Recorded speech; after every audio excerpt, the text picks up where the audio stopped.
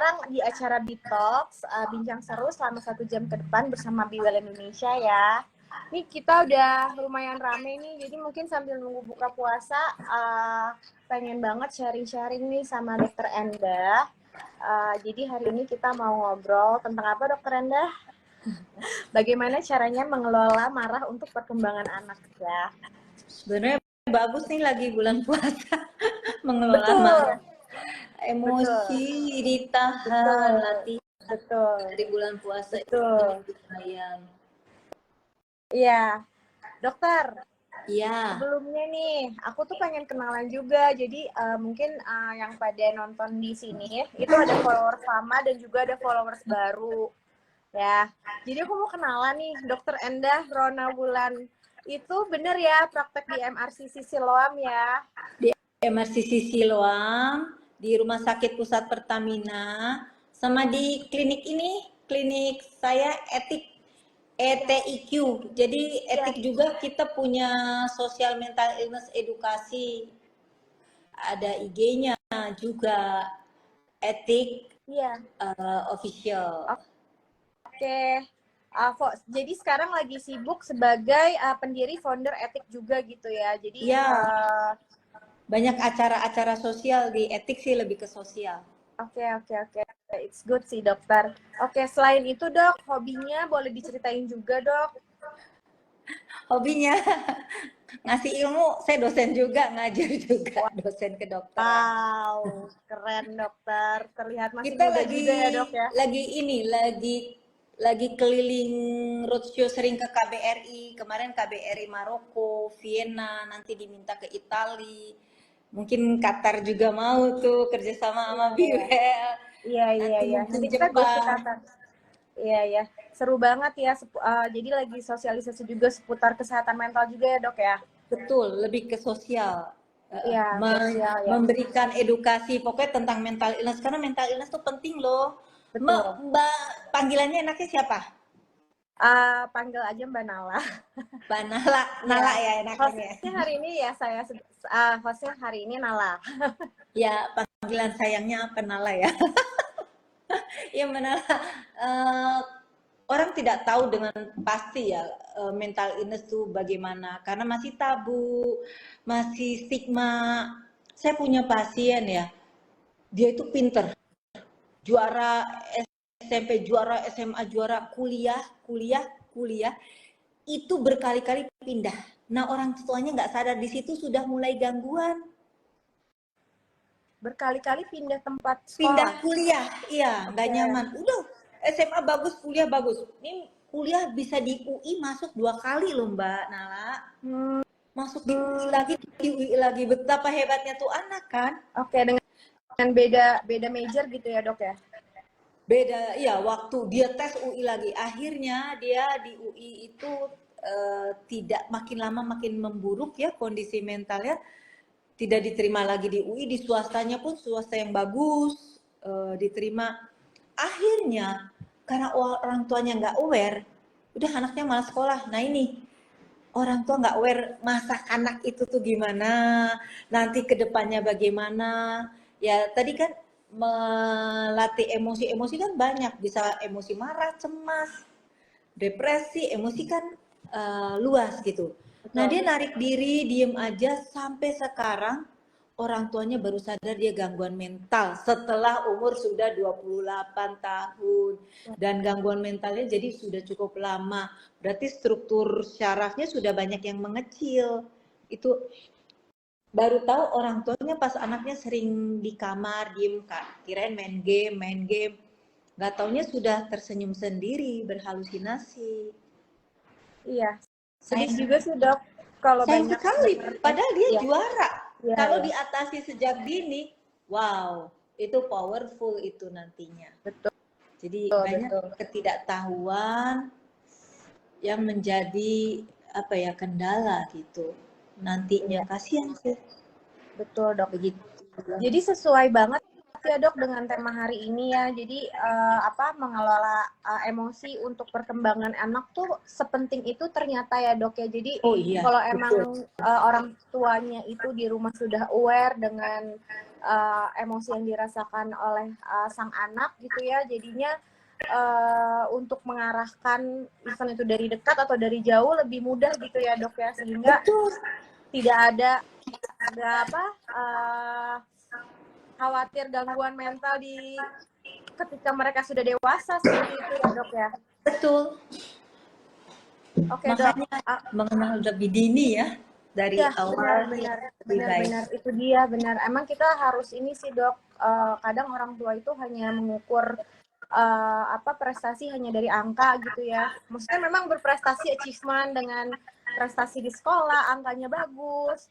Tapi mungkin dari dalam dirinya itu secara mentalnya justru terombang-ambing gitu ya, Betul. berantakan gitu. Ada yang lemah di mentalnya.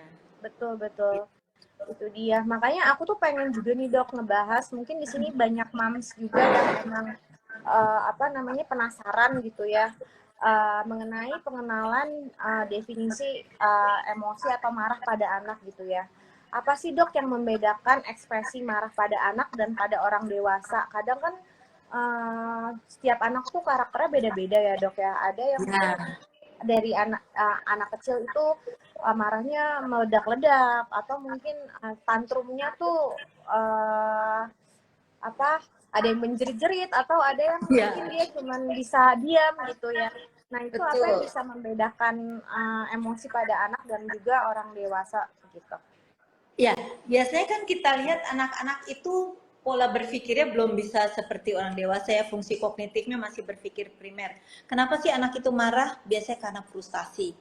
Dia tidak mampu untuk menyelesaikan tugas atau melakukan sesuai yang dia inginkan. Ya. Atau ada stimulasi berlebihan. Kalau orang dewasa kan ada misalkan nih anak nih lagi tugas sekolah PR-nya banyak, ngerjain, bunyi klakson, apa sih klakson marah? Kalau orang dewasa sudah bisa berpikir lebih sekunder, oh iya ada klakson saya tutup atau apa. Jadi ada stimulasi berlebihan, lingkungan yang berisik, kacau. Dia tidak keberdayaan, tidak mampu mengendalikan emosinya. Jadi karena pemicu-pemicu itu ya dia stres, kecewa.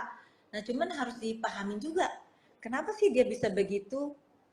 Ada penyebab mentalnya nggak? Nah itu terlalu berlebihan ya. Ya bedanya dengan yang dewasa tadi.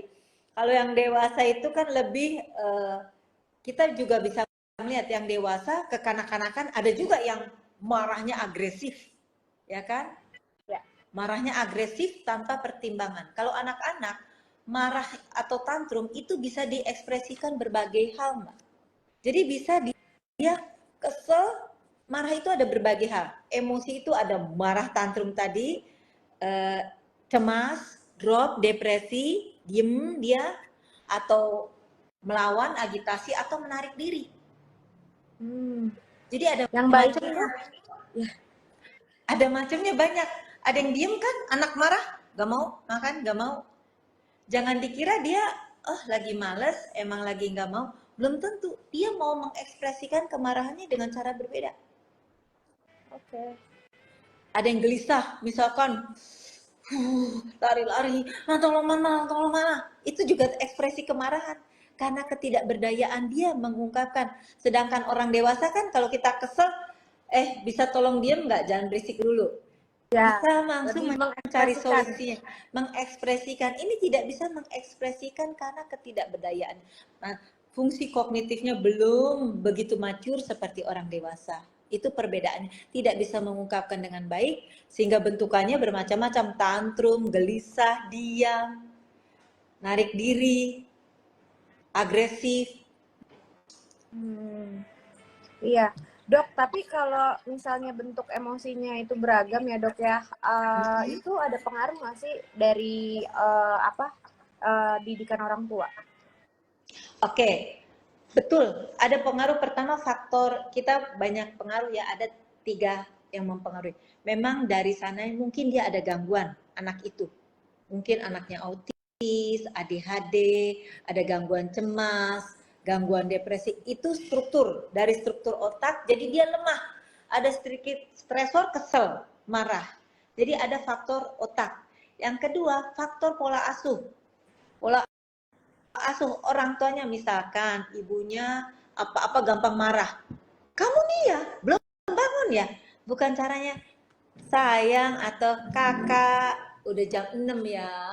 Ini mau berangkat sekolah jam berapa? Nah, gitu kan. Pola Iya, asuh. Pola asuh iya betul. mempengaruhi. Oh iya. Kamu ini ya, mama mau berangkat kerja. Kamu nggak bangun juga, mama tinggalin nanti. Nah, itu. Membuat anak kecewa, depresi juga, cemas. Akhirnya memendam. Akhirnya anak ini mengcopy untuk di bawah memori dia mengulangi ketika dewasa. Yang ketiga, stresor lingkungan di sekolahan. Sekarang saya kurang tahu ya, anak-anak itu lebih lama di sekolah apa di rumah. 70% sih waktu lebih lama di sekolah ya, Dok ya? Nah, stresor lingkungan, teman, dibully, guru juga mungkin nggak care. Kan nggak semua anak mempunyai kekuatan mental yang baik. Nah, ini 3 faktor. Faktor struktur otak, gangguan mental lainnya yang mempengaruhi anak mudah marah.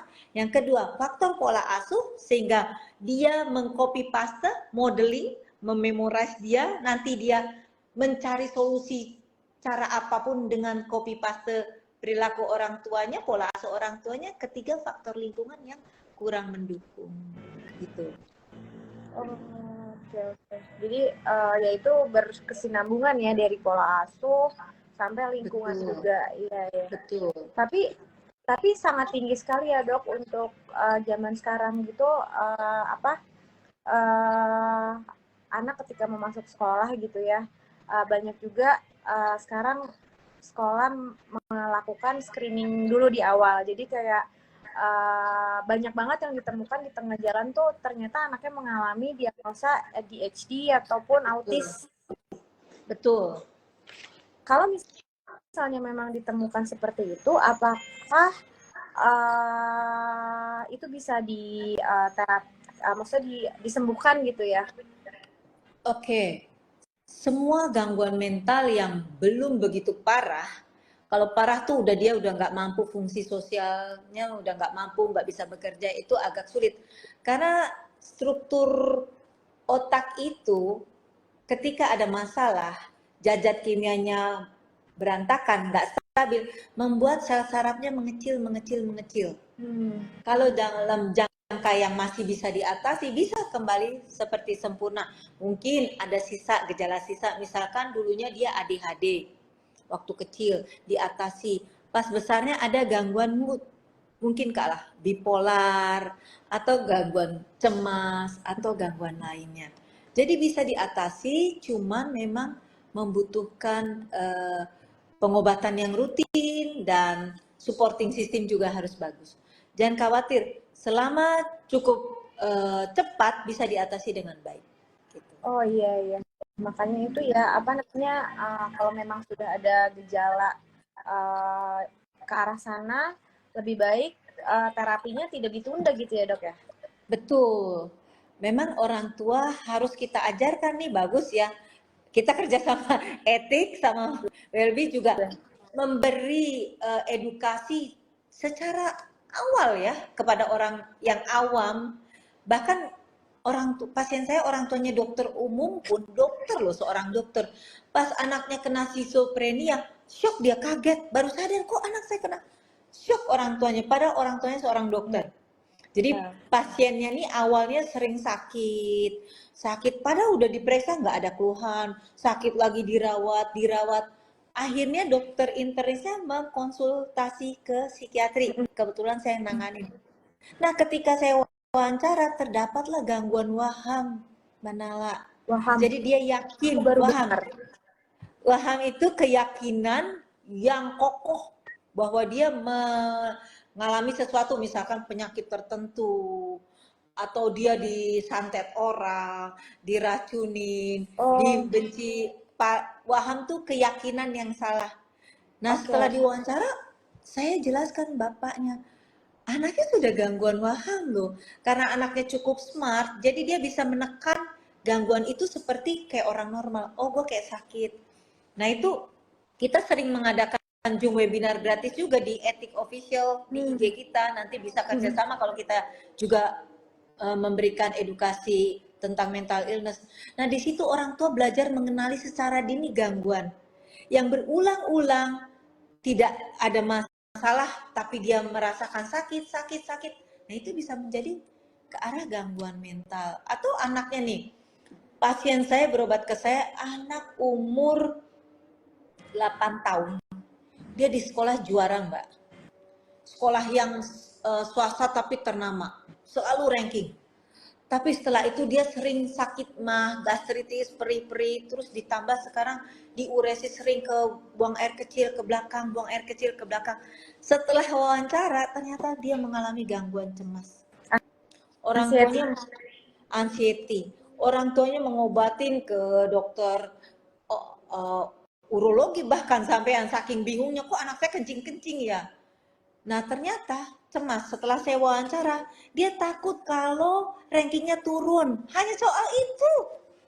Oh, iya ya. Jadi emang overthinking ya, Dok? Ya, orang bilang kalau cemas itu memang overthinking karena mikirkan ke depan. Hal-hal yang jauh ke depan dia pikirkan. Akhirnya rankingnya ya turun karena dia sering sakit, berobat. Ini juga orang tua tidak mengenali. Nah, di situ pentingnya kita memberikan penjelasan tentang mental illness sehingga orang tua lebih cepat mengatasinya. Bukan begitu, Mbak? Kita jadi membantu. Betul. Saya juga baru ini sih, Dok, 3 tahun terakhir lah baru mendalami apa namanya. Ternyata memang seperti itu ya, sadar kesehatan mental ya, semenjak kayak pandemi itu ada kayak kasus bullying, terus mental illness itu ternyata banyak banget gitu ininya, jenis-jenisnya gitu ya, Dok. Jadi banyak banget aku baca jurnal dan banyak sering ngobrol sharing seperti ini dengan dokter-dokter juga, kayak oh iya ya, menakutkan itu dampaknya ternyata. Dan ternyata dari anak kecil juga bibitnya sudah ada gitu ya. Kadang aku suka flashback, apa aku tuh kecil baik-baik aja nggak ya? Nah, oke. Jadi gitu, Dok. Aku juga pengen tahu nih, Dok, apa namanya, dampak marah yang tidak terkendali pada anak gitu ya. Jadi gimana sih kalau anak yang marahnya itu nggak terkendali sehingga mempengaruhi perkembangan emosional dan sosial pada anak?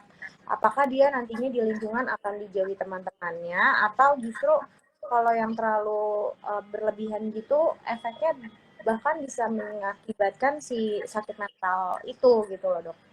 Betul. Nah, di sini kebanyakan orang tua ya, terutama orang tua yang sibuk, pekerja, nggak mau ribet, nggak mau apa. Anak marah tadi apa sih? Frustasi, keinginan tidak dipenuhi. Akhirnya pas anaknya marah, ibunya nggak mau repot. Ya udah mau apa? Dibeliin. Oh, beliin handphone. Teman-teman handphonenya baru. Udah main game bisa ini, game itu. Oh, marah. Bahkan mohon maaf ya, sampai banting. Orang tuanya nggak ada energi untuk itu, memberikan apa yang dia mau. Nah, ini dampaknya jelek. Satu, betul kata Mbak Nala, makin usia nanti anaknya, pola ini akan dipakai dan dia menjadi gangguan mental ke arah gangguan mood. Misalkan gangguan manik atau bipolar atau gangguan kepribadian. Dampak sosial di teman-teman, karena dia dibiasakan di serve gitu, tidak ada limitation, tidak ada pembatasan, dia melakukan generalisasi hal yang sama ke teman-temannya. Akhirnya dia dimusuhi, dijauhi. Akhirnya membuat dia tambah emosi lagi, tambah membuat kekerasan. Oke. Bisa bayangin, pasien saya umur 9 tahun itu bisa menguangkan teman-temannya supaya mau ditemenin gitu ya, Dok? Betul. Misalkan mau ditemenin, oh ya lo mau temenin gua, lo bayar gua segini, nanti temen gua ke lo. Coba bayangin. Oh, ada ya, apa namanya? Oh, banyak banget pasien saya, banyak banget variasi ragamnya. Kalau Mbak Nana tahu, kita tuh gangguan mental ada 100 jenis diagnos, 100 jenis lebih. Jadi pasien saya coba bayangin, saya pegang 2 tempat lah sehari. Itu di pagi bisa 20-30, di malam 20-30 pasien, sehari 40. Itu variasi ragamnya dari anak-anak sampai lansia, macam-macam. Jadi banyak sekali. Saya agak shock karena perkembangan gangguan mental tuh sangat beragam sekarang. Sangat beragam. Nah, tadi karena Miss tadi Mbak Nala tanya, bagaimana dampaknya? Ini dampaknya karena orang tua tidak mau repot memberikan apa yang dia minta, dan dampaknya tadi Mbak Nala bilang dijauhi di teman-temannya, di sosial tidak diterima. Siapa yang mau terima, orang mau menang sendiri. Mereka juga punya apa kemampuan masing-masing gitu. Iya. Itu mana? Ini menarik sekali loh dok. Salah satu ya saya highlight tidak mau repot. Jadi memang banyak juga ya orang tua yang memang sudah sibuk di luar sana, mungkin Betul, sibuk bekerja sangat sebagai banyak. ibu ya.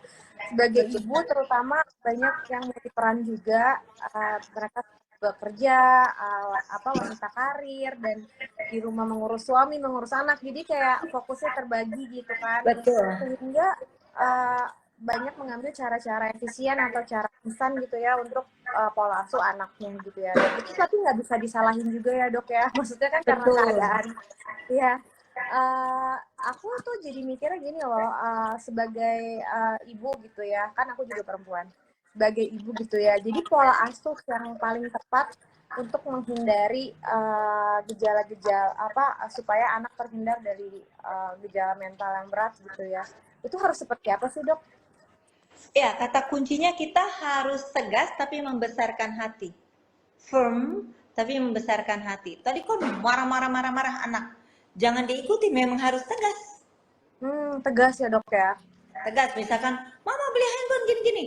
Oh iya, kakak bisa dapat handphone. Tapi mama juga mau minta dulu dong satu permintaan mama. Nanti kalau kakak nilainya bagus-bagus, kakak udah kelas 6, yang tugasnya banyak, pasti mama berikan.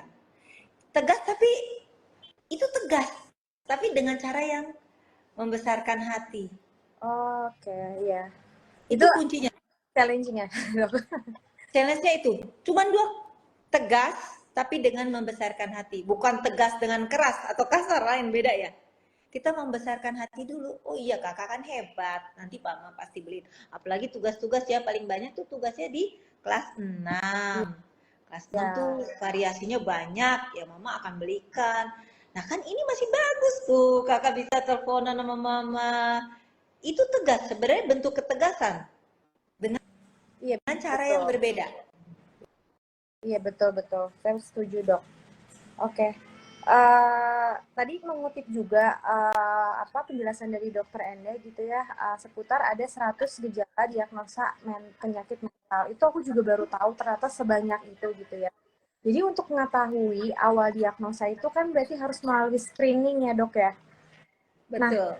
Nah, untuk screening jenjang dari anak sampai usia dewasa ataupun usia lanjut gitu ya, apakah screeningnya itu sama tahapannya atau mungkin ada yang membedakan? Ada beda sih, kalau di psikiatri kan ada fase childhood itu ada screening 0 to 3. Beda lagi. Itu khusus, jadi nggak sembarang screening, ada subnya. Nah, kalau yang sudah umur masa kanak yang misalkan dia sudah bisa berkomunikasi sampai 18 tahun, itu sudah bisa pakai kriteria diagnosis yang DSM atau PPDGJ. Itu kita bisa pakai, ya mau screening ADHD ada, screening ansietas ada, screening depresi ada, itu sudah bisa digunakan yang sama dengan dewasa. Tapi kalau yang 1 sampai 3 tahun ada lagi screeningnya. Oh gitu dok. Iya. Kalau yang untuk anak-anak itu biasanya tesnya wawancara gitu. Biasanya sih memang screening itu hanya alat bantu. Yang paling bagus memang kemampuan kita berinteraksi, wawancara. Dari situ kita bisa mendapatkan apa sih masalah di anak ini. Memang harus ada skillnya. Saya dapat berita, dok, anak saya tuh tadi kata Mbak Nala, dijauhin temennya, gampang marah, keselan. Oh, anak ibu sekolah kelas berapa? Kelas SMP, dok. Oh, SMP. Pikiran saya SMP reguler, oke. Gini Bu, kalau ibu hanya informasi gitu, saya mau wawancara anaknya. Oke, dibawalah ke saya. Saya sedikit agak shock karena waktu saya wawancara, menatap wajah saya pun tidak sanggup. Terus saya bilang, aduh, namanya siapa? Menulis nama pun hanya coret-coret. Ternyata ada beberapa sekolah reguler yang menerima anak yang dengan spesial need. Nah, ibunya tidak paham. Iya, ibunya tidak paham. Kalau saya bilang, Bu, mohon maaf, ini memang ada kemunduran di fungsi kognitif. Arahnya ke arah retardasi mental, tapi ada jenisnya kan yang borderline seperti normal, tapi tidak sanggup. Yang ringan, sedang, berat, dan sangat berat.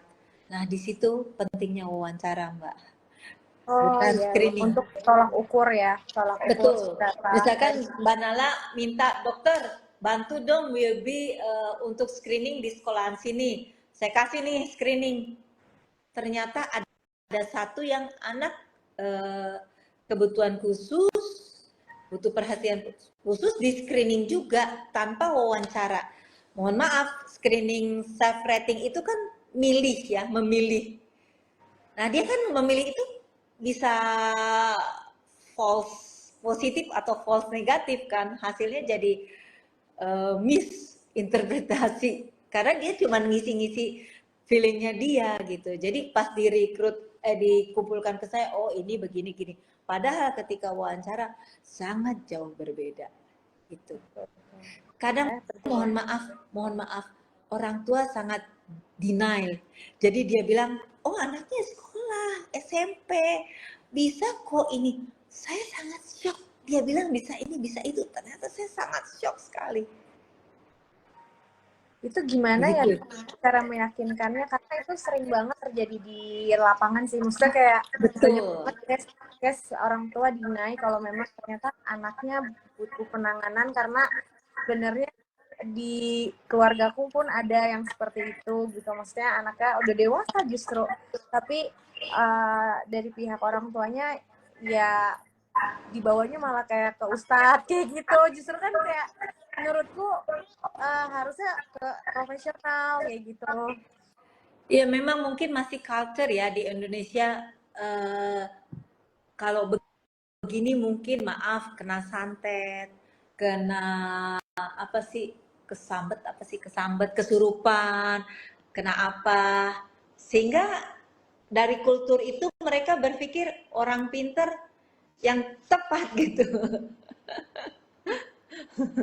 Jadi karena culture, makanya ini tugas kita nih untuk mempromosikan tentang mental illness gitu. Iya, betul sih. Memang harus pelan-pelan mengedukasi ya dok ya. Oke. Tadi kita udah ngebahas mengenai dampaknya gitu ya dok ya. Nah sekarang kita mau tahu nih dok, strategi mengelola marah pada anak. Jadi kalau misalnya kita mengajarkan dan mengenali untuk mengungkapkan emosi secara sehat gitu ya. Jadi teknis praktis apa sih yang kita gunakan gitu ya untuk mengatasi kemarahan pada saat anak sedang emosi gitu dok. Oke, karena ini awam general ya, saya tidak mau memberikan yang berat-berat supaya moms and dad ini ibu dan bapak ayahnya mudah sekali gitu. Jadi jangan yang berat-berat tuh. Pertama, ketika anak marah kita harus tetap tenang.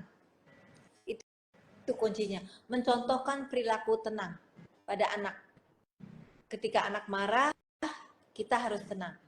Misalkan gini, contoh kalau marah yang tidak merugikan, kita tetap tenang aja, pelan. Wah, misalkan bisa nggak begini gini, kita tenang aja. Jangan apa sih teriak-teriak. Nah itu salah. Kita agresif, dia tambah agresif. Kita tenang. Kecuali kalau sudah yang kemarahannya melakukan sesuatu yang bahaya. Mbak, ikutin nggak Mbak? Kasih nggak Mbak mukul? Nah itu baru kita langsung bereaksi. Pertama adalah tetap tenang. Itu kunci yang pertama ya. Kemudian validasi perasaannya. Validasi perasaan tuh gimana sih? Biasanya perasaannya seperti apa? Kalau marah gini, ya mama tahu kamu kesel. Contoh misalkan dia minta segera siapkan baju ganti karena dia mau les gitu. Les. Mbak cepetan, bajunya mana nih?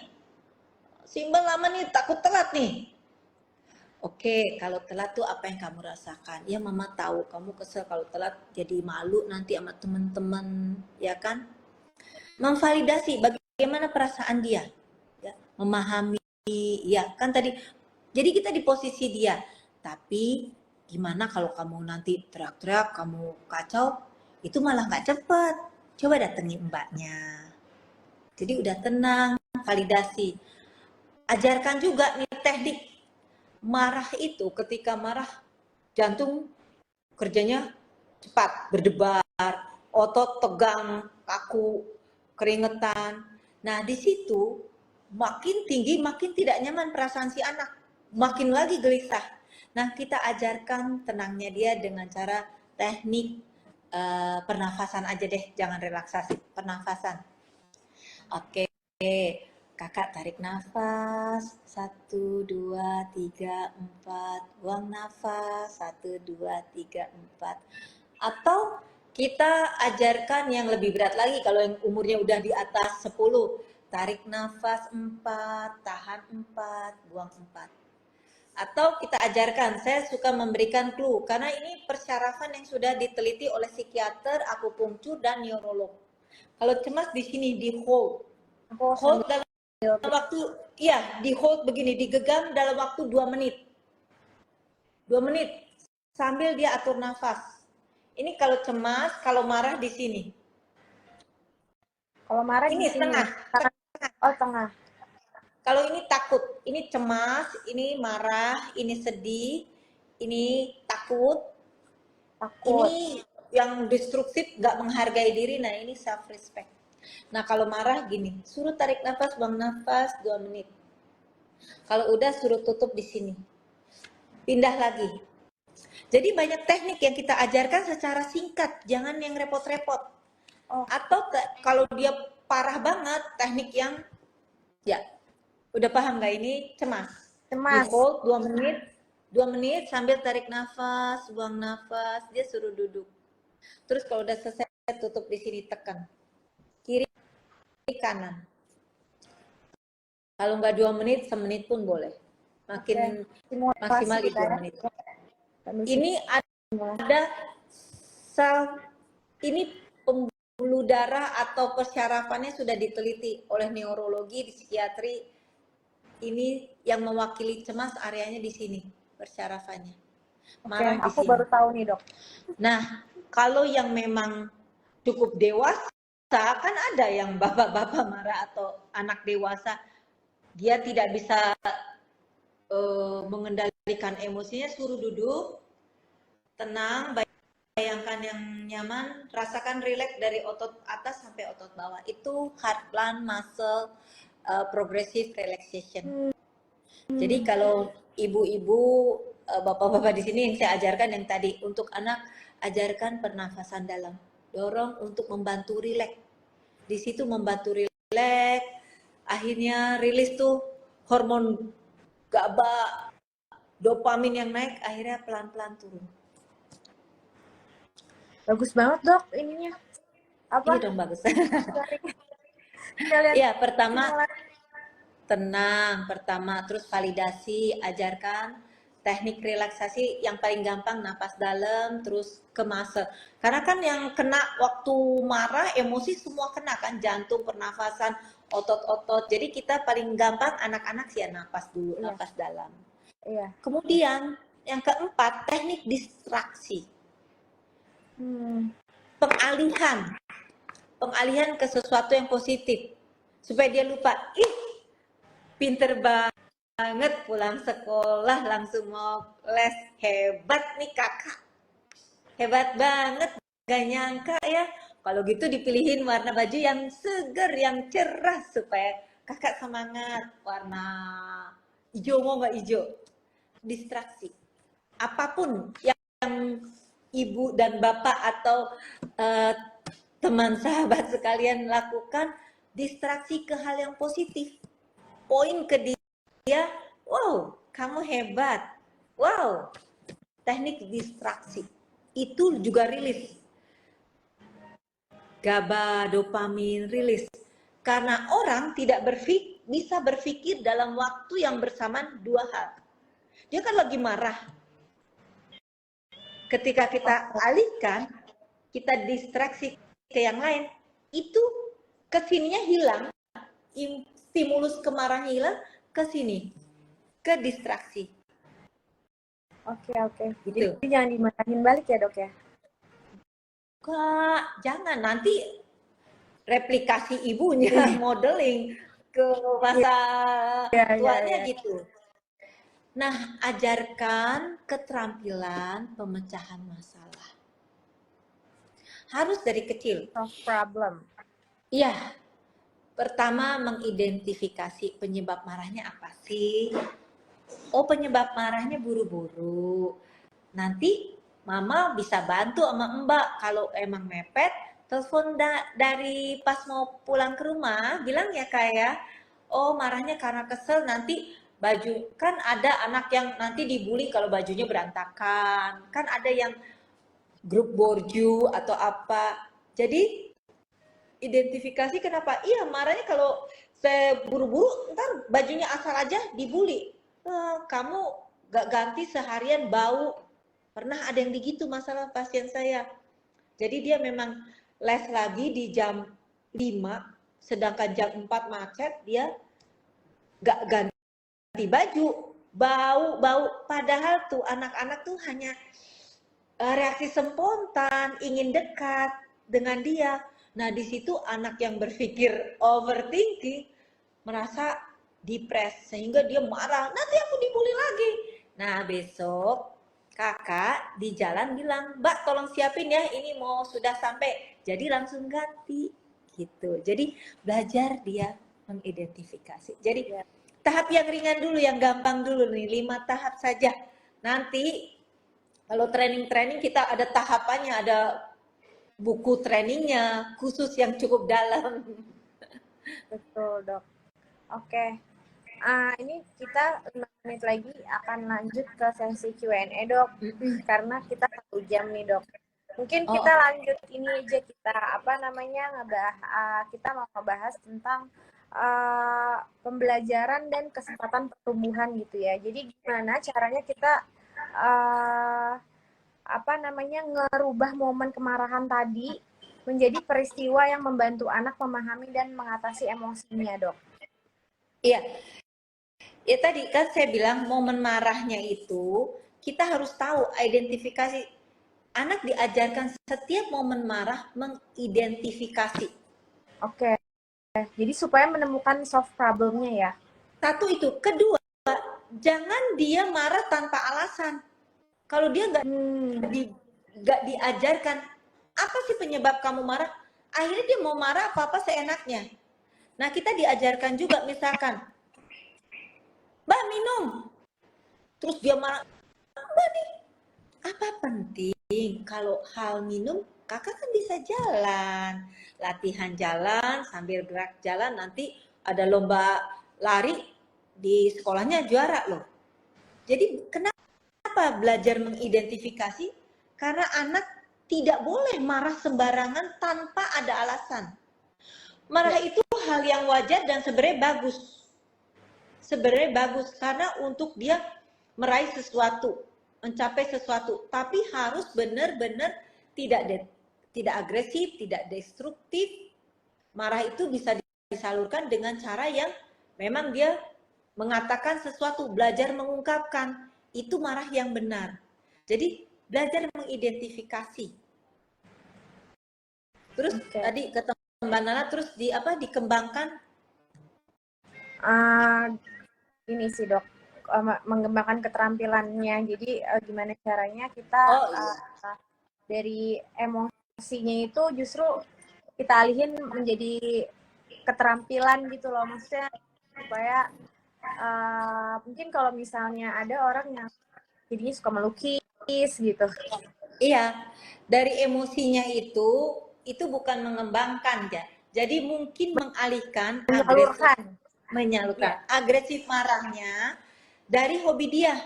Oke, ketika marah dia nggak bisa, yuk apa yang kamu sukain dilakukan. Jadi kan irilis marahnya. Ya. Jadi misalkan dia suka gambar, makanya ada tuh yang dijual gambar mewarnai aja. Ya. Karena dia suka gambar, oh dia langsung mewarnai. Itu mengalihkan juga, itu jenisnya pengalihkan, menyalurkan sehingga mempermudah turunnya marah, emosi menjadi hal yang positif.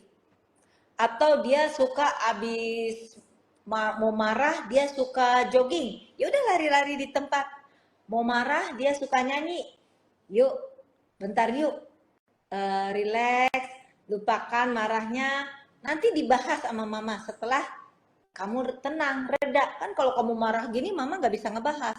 Jadi untuk pertama mengidentifikasi, dan kita tidak bisa mencari solusi membahas ketika dia marah. Harus kondisinya dia tenang.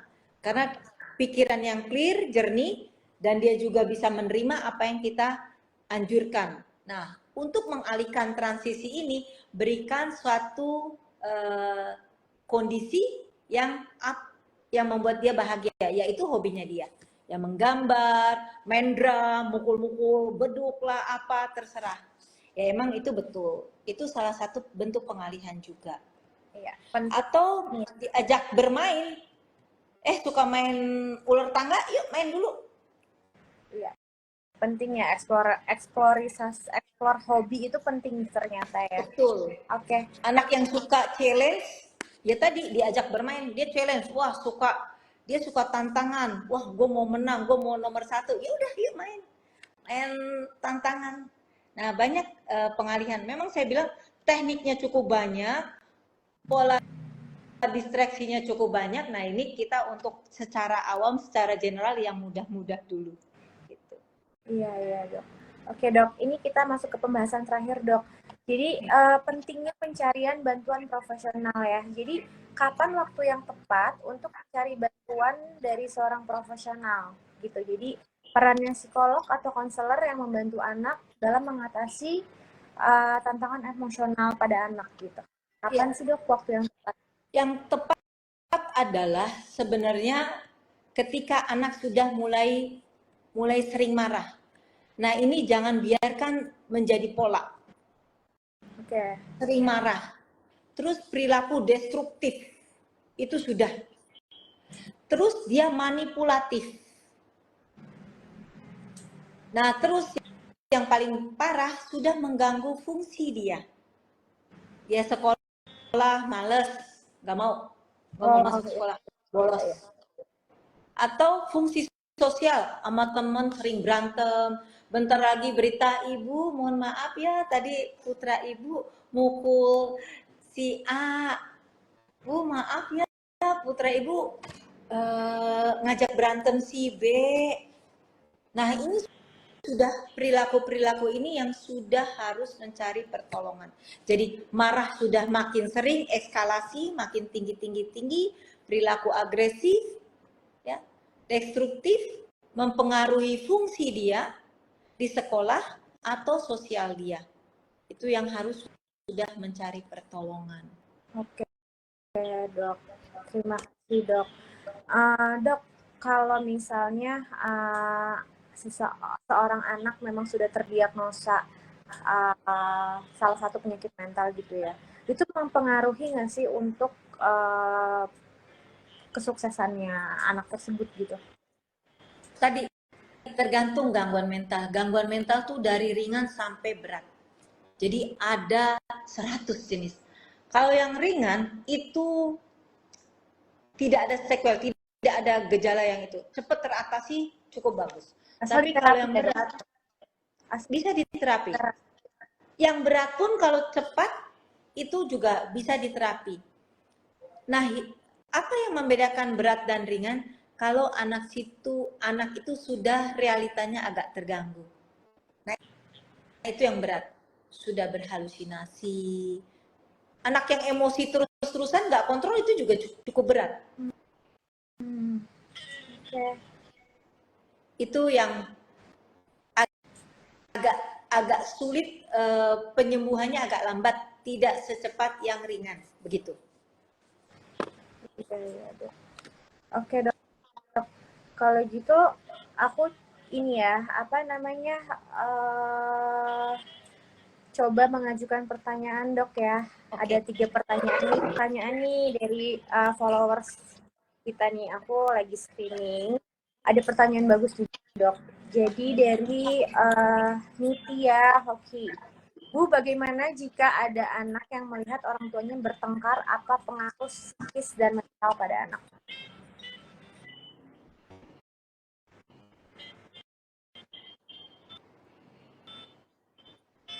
Pengaruh psikis dan mental pada anak ya.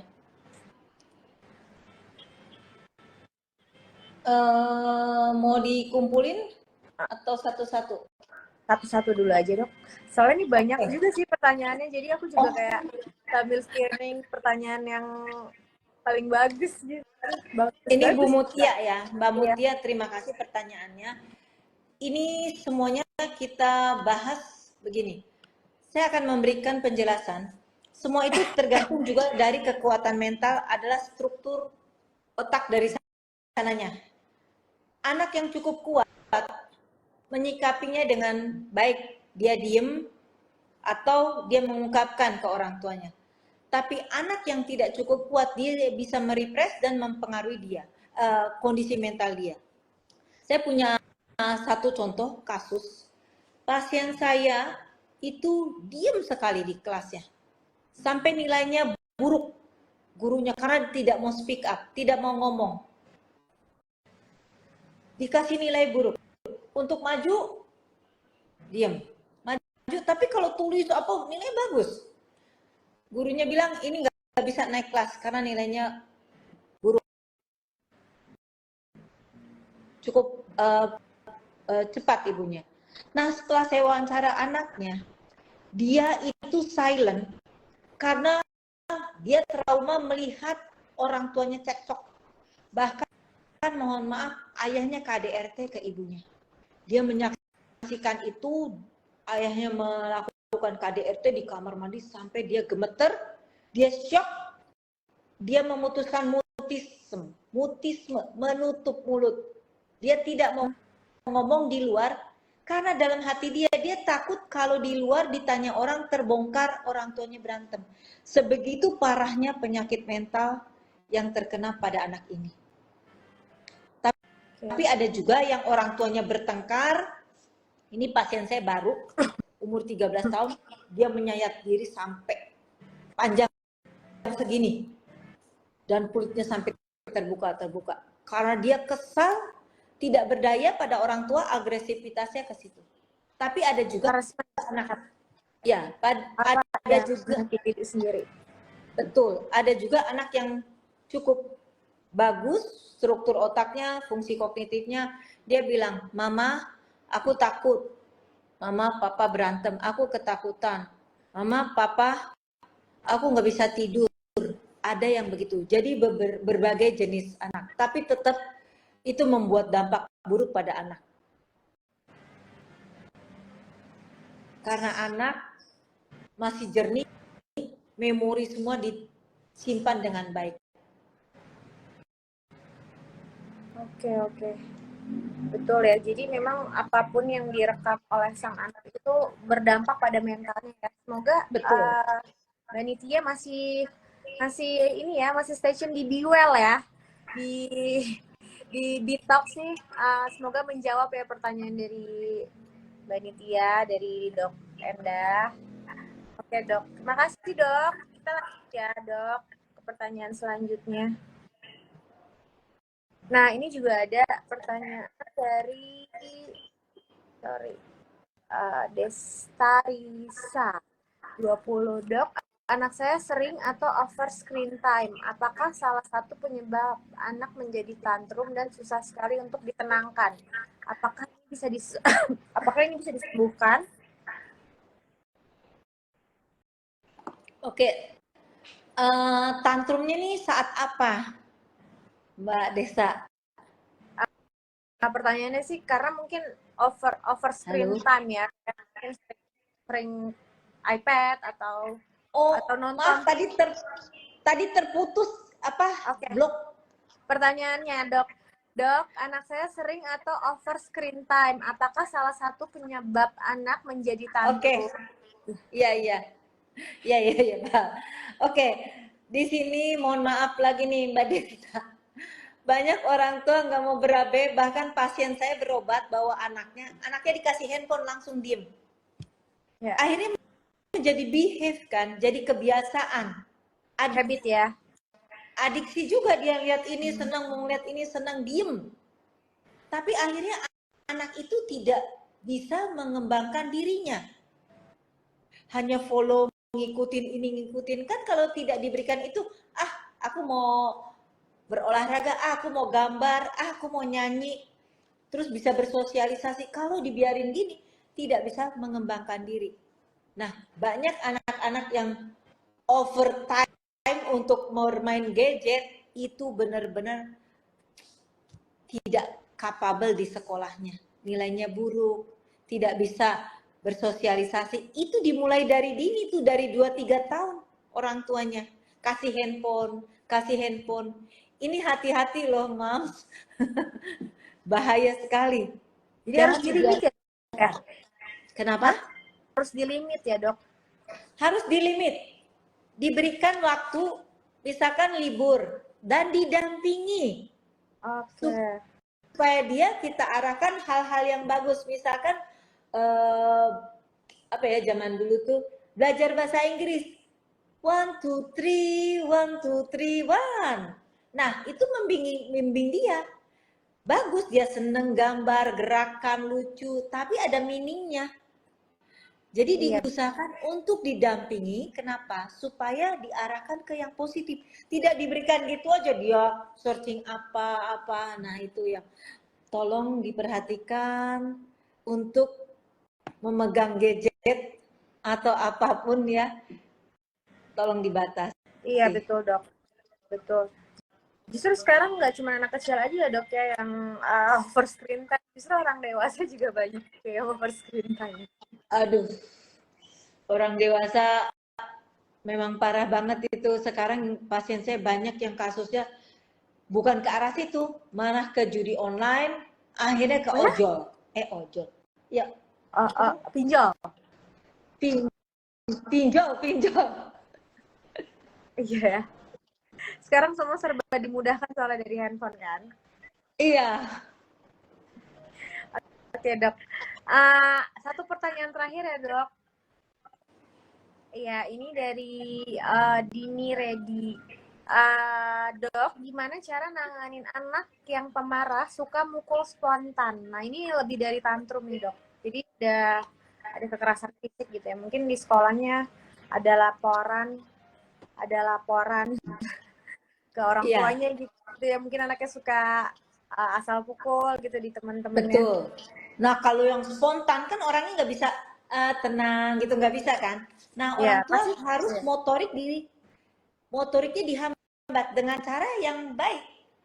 Mau mukul, tapi tangan kita mencekram.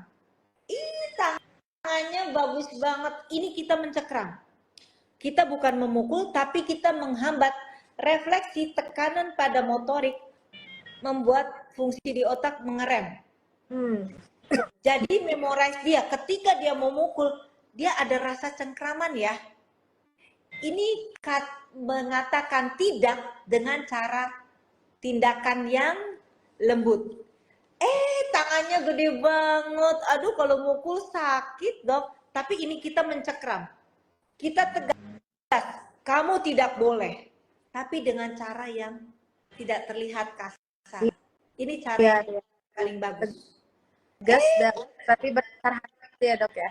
Iya, tegas dan mengatakan kan ketika dia mau mukul, tangan kamu gede, kalau mukul pipi si teman atau mbak, itu besar loh, luas loh, nanti bengkaknya segini loh. Tapi kita nggak mengatakan itu, kita tekan terus. Iya. Nah, itu tekniknya. Oke. Jadi anak tidak bisa waktu mukul tiba-tiba langsung dimarahin melotot. Oh, nggak bisa. Motoriknya harus dihambat dulu. Dihambat dengan ketegasan. Tekan, ditekan sedikit. Ini merupakan suatu ketegasan, tidak, tapi dalam bahasa tindakan. Kalau ini kan jangan gitu. Itu keras dengan keras lagi, kan mau mukul orang tua otomatis juga agresif kan. Orang mau mukul langsung jangan mukul. Langsung pegang. Kaget ya, Dok. Jadinya malah masuknya ke hati, ke sini ya, Dok. Betul. Digituin kan maksudnya anak itu makin kesal lagi. Diperlakukan tidak enak. Kamu tidak tahu orang tua. Saya perasaannya nggak nyaman. Kok kamu bentak lagi? Makin marah lagi. Kita langsung refleks. Aduh, tangannya gede banget. Nanti kalau ke muka Mbak ini semuka biru semua loh, Kak. Ayo, tarik nafas. Kembali. Tenang dalam kata-kata. Kalau ini tenang dalam tindakan, terus bimbing dia ke relaksasi. Tarik nafas. Nah, itu tegas tapi dengan cara yang halus. Oke, baik Dok. Terima kasih Dok penjelasannya. Seru banget hari ini dan aku juga banyak banget dapat insight gitu ya dari Dokter Indah. Bagus banget dan semoga moms, parents yang hadir di Bitox hari ini gitu ya juga teredukasi gitu dengan ilmunya bagus banget gitu, tenang dalam perkataan, dalam tindakan gitu ya. Memang challenging banget ya Dok ya kalau misalnya kita lagi menghadapi tantrumnya anak gitu, kita juga harus mengolah emosi kita sendiri, tapi itulah tugas kita sebagai orang tua, harus be well gitu ya. Ya. Supaya memang ini sih yang lebih cerah. Ya, Sehat mental, ini masih taraf yang dasar-dasar. Sebenarnya banyak teknik, cuman saya tidak tahu range yang di sini karena teknik itu cukup lumayan agak berat. Jadi kita berikan penjelasan yang teknik ringan-ringan dulu. Nanti banyak teknik-teknik yang cukup berat lainnya yang lebih spesifik lagi. Manala lebih seru lagi itu. Iya. Bagus sekali Dok. Kita juga nantinya bakal banyak kolaborasi ya Dok ya. Ya boleh. Nanti juga boleh join ke Etik Official di IG. Nanti kapan-kapan kita join. Kita sering memberikan sosial mental illness edukasi berupa Zoom webinar gratis juga. Ya. Nanti bisa kerjasama selanjutnya. Tentu kita juga bisa webinar bareng ke sekolah gitu ya untuk edukasi gitu seberapa penting sih kesehatan mental, dan tentunya orang tua di sini juga butuh banget gitu kan, kayak tadi diajarin simulasi, oh ternyata ini cemas, ini takut sebenarnya, aku baru tahu juga. Makasih dokter. Ya sama-sama Mana. Insightful banget, semoga barokah ya. Ya sama-sama. Banyak sobat etik juga nonton tuh, saya lihat sobat etik. Iya. Kangen dokter enak. Hari ini roomnya rame juga sih, lumayan rame. Sambil nunggu beduk. Terima kasih ya Dok. Nanti kita ke sekolah bareng. Nanti kita ke sekolah bareng ya Dok. Iya sama-sama Mbak Nala. Iya, terima kasih. Insya Allah bisa. Ya, assalamualaikum warahmatullahi wabarakatuh. Assalamualaikum. Saya pamit undur diri. See you di Bitox selanjutnya.